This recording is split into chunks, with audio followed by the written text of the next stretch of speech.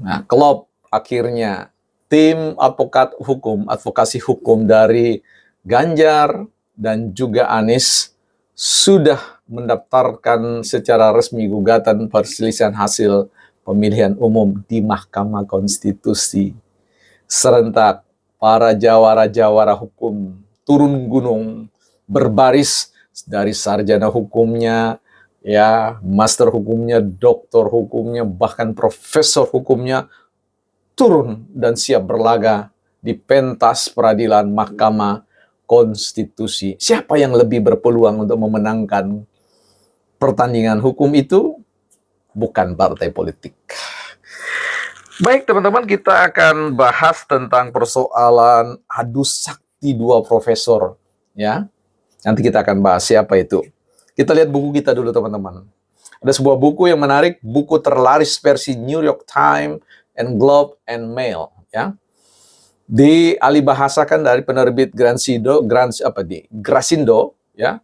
Sebuah seni untuk bersikap bodo amat, ya. Bodo amat, ditulis oleh Mark Manson dengan subjudul pendekatan yang waras demi menjalani hidup yang baik.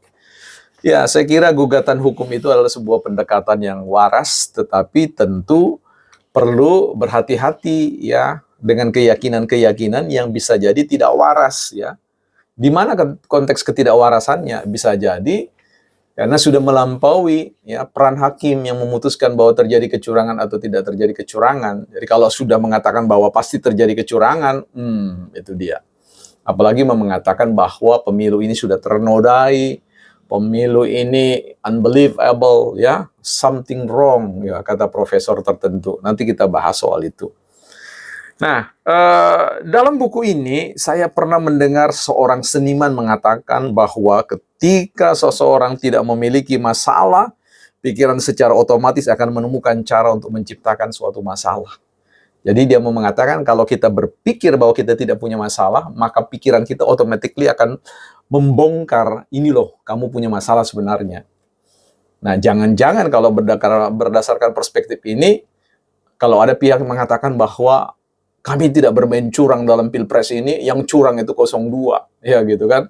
Karena itu kita harus gelar pemilu yang kedua tanpa nomor 2. Wah, ini bahaya karena nomor 2 melakukan kecurangan. Automatically, maka ya alam bawah sadar setiap orang akan memunculkan ini loh, di tiap-tiap partai kalian, di tiap-tiap paslon ini ada kecurangan-kecurangan yang semua akan dimunculkan satu demi satu. Seperti itu kalau dalam konteks nalar filosofis dari bersikap masa bodoh ini ya. Oke, kita tinggalkan itu. Kita mau bicara tentang adu sakti dua profesor. Salah satunya adalah profesor, kali ini kita akan face to face, hadap-hadapkan antara kubu pasang nomor 2, tim advokatnya, yang akan dipimpin oleh Profesor Yusril Issa Mahendra, seorang jebolan hukum dari UI dan juga universitas di luar negeri, dari Universitas Punjabi kalau tidak salah di Pakistan, ya. Dan akan berhadapan-hadapan atau nanti beliau dibantu oleh Faris Hotman, ya, pakar hukum yang tentu teman-teman akan tahu pasti dengan sepak terjangnya di Indonesia. Profesor Yusril Issa Mahendra akan berhadapan dengan Profesor ya Todung Mulya Lubis, ini pendekarnya sengketa ini, betul-betul ahli dalam sengketa, jebolan pendidikan dari universitas di Inggris, ya Berkeley kalau tidak salah ya, dan juga lulusan Harvard University ya di Amerika. Wah, ini luar biasa ini ya pendekar-pendekar kita ini. Nah, kita lihat apa yang disampaikan oleh Todung Mulya Lubis. Profesor Todung mengatakan bahwa pemilu ini unbelievable, tidak dapat dipercayai dengan segala apa yang terjadi ya. Sehingga dia mengatakan any something wrong with the election. Ada sesuatu yang salah dengan pemilu ini dan itulah yang mereka akan kejar ya, seperti itu. Nah, bagaimana persiapan dari Prof. Issa Mahendra terkait dengan tuduhan-tuduhan itu? Ya, Profesor Issa Mahendra senyum-senyum saja ya. silakan saja ya, mereka siap-siap dengan kurang lebih 35-36 advokat lah ya. Tidak sama fantastisnya dengan paslon nomor 1 yang akan menggeruduk Mahkamah Konstitusi dengan 1.000 pengacara itu ya. Dan paslon nomor 3 membawa kurang lebih 30 box ya. Sedikit kita keluar dulu dengan narasi yang ada dalam pikiran paslon nomor 1 ini. Dari mana kemudian ide mereka ini menyerang paslon nomor 2 ini dari segala arah ya. Seolah-olah tidak menyatu, tetapi sebenarnya mereka sedang bersatu jalan untuk menyerang ya, untuk menyerang, mendelegitimasi atau bahkan menganulir pemilu itu, karena menurut paslon nomor 1 ada banyak contoh di dunia ini ya, bahwa sebuah pemilu itu curang dan bisa dianulir, bisa diulang kembali. Misalkan mereka mengutip pengalaman di negara Bolivia, bahwa pemilu itu kemudian bisa dianulir dan diulang. Kemudian mereka juga memperkuat dengan pengalaman sejarah tentang pemilu di Malawi, di mana juga terjadi pengulangan ya, karena adanya kecurangan dan diputuskan diulang, sehingga ini menginspirasi mereka ya. Dan juga berkaca atau bercermin pada pengalaman sepak bola, bahwa sebuah gol itu bisa dianulir ketika dilihat kembali lewat layar atau tayangan televisi di tepi garis lapangan dan sebagainya. Jadi hal-hal ini kemudian menginspirasi mereka untuk mengatakan ada kemungkinan, ada probabilitas, ada peluang bahwa pemilu ini bisa dianulir, dan bahkan pengadilan bisa melarang paslon nomor 2 untuk tidak ikut dalam kontestasi putaran kedua. Nah, itu yang ada dalam benaknya. Dan tentu juga dalam kubu Profesor Mahfud MD yang tahu persis, punya pengalaman itu ya, punya peluang untuk mereka memenangkan. Nah, siapa yang lebih sakti nanti? Tim profesornya Yusril Izzah Mahendra, jebolan Pakistan ini, atau juga Todung Mulya Lubis, jebolan Inggris dan jebolan Amerika dengan Harvard University ya. Wah, ini seru nanti teman-teman. Kita akan masuk mengintip pertempuran mereka dengan membawa 30 box ya, bukti yang ada dan saksi-saksi yang akan kemudian bersaksi demi kebenaran. Nah, bagaimana kita kemudian tentang hal itu ya? Sedikit saya mau meluruskan. Ada perbedaan antara pemilu di Bolivia dengan pemilu di Malawi. Karena itu bicara tentang pemilu antara petahana. Jadi presiden yang sebelumnya dan kemudian maju lagi. Ini kan berbeda di Indonesia.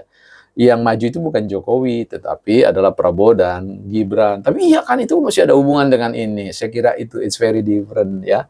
Itu sangat berbeda. Dan ya tentunya Prabowo dan timnya merasa santai-santai saja, karena mereka sangat mungkin mengatakan dia tidak melakukan apa-apa.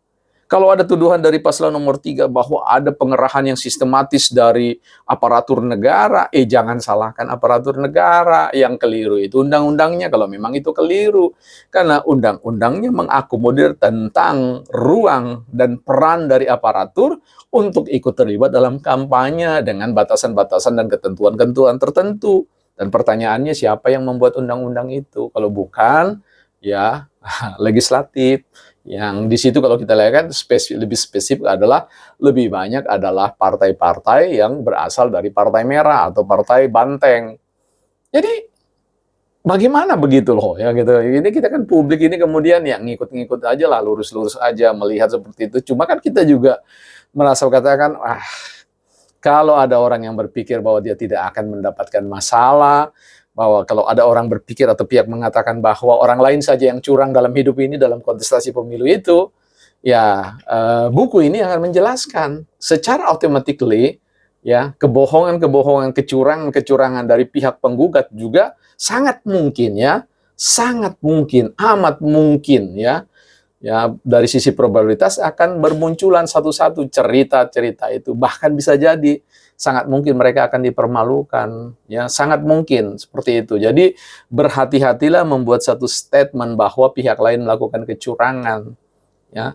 Kita ini bukan persoalan para pendekar-pendekar hukum bahwa kemenangan sebuah kontestasi hukum di tengah Mahkamah Konstitusi bisa jadi dipengaruhi oleh eksistensi atau faktor dari siapa pengacaranya. Tetapi itu kan satu variabel. Dan variabel yang tidak bisa digantikan oleh apapun yang mau dibuat itu, kalau bicara tentang pengadilan yang lurus lah ya, itu adalah kebenaran itu sendiri. Kebenaran itu tidak penting. Mau didukung berapa ribu pengacara, berapa kontainer atau box bukti-bukti, berapa lusin saksi dan sebagainya. Kebenaran adalah kebenaran, ketidakbenaran adalah ketidakbenaran. Dua alat bukti saja yang bisa menceritakan ketidakbenaran atau kebenaran itu bisa menjadi sebuah penentu, determinant factor ya. Jadi faktor penentu, determinan faktor itu yang kemudian menegaskan tentang terjadinya kecurangan atau kecurangan, bukan narasi-narasi unbelievable, persoalan ini something wrong with this election dan sebagainya. Enggak. Kebenaran adalah kebenaran. Bersatu jalan orang ingin mengubah sebuah kebenaran menjadi ketidakbenaran, mereka akan dipermalukan dengan sangat itu. Tapi tentu saya tidak mengatakan bahwa paslon nomor 1 dan 3 itu pasti salah. Enggak. Bisa jadi peluang mereka benar, ya. Tetapi ya rem-rem sedikit lah ya untuk mau mengatakan bahwa pihak lain itu curang, bahwa ini pemilu brutal, ini pemilu sebabi-babinya, ini pemilu betul-betul yang paling rusak di negeri ini. Itu kan narasi-narasi sign quote bodoh ya. Narasi bodoh itu dalam pengertian ya publik itu bersikap amat bodoh ya, bersikap bodoh amat dengan narasi-narasi yang terlalu bombastis yang bisa jadi kebenarannya tidak seperti itu. So saya mau mengatakan be careful with your step ya, hati-hati dengan langkah yang diambil, sebab kebenaran itu punya cara untuk memunculkan dirinya sendiri, bukan partai politik.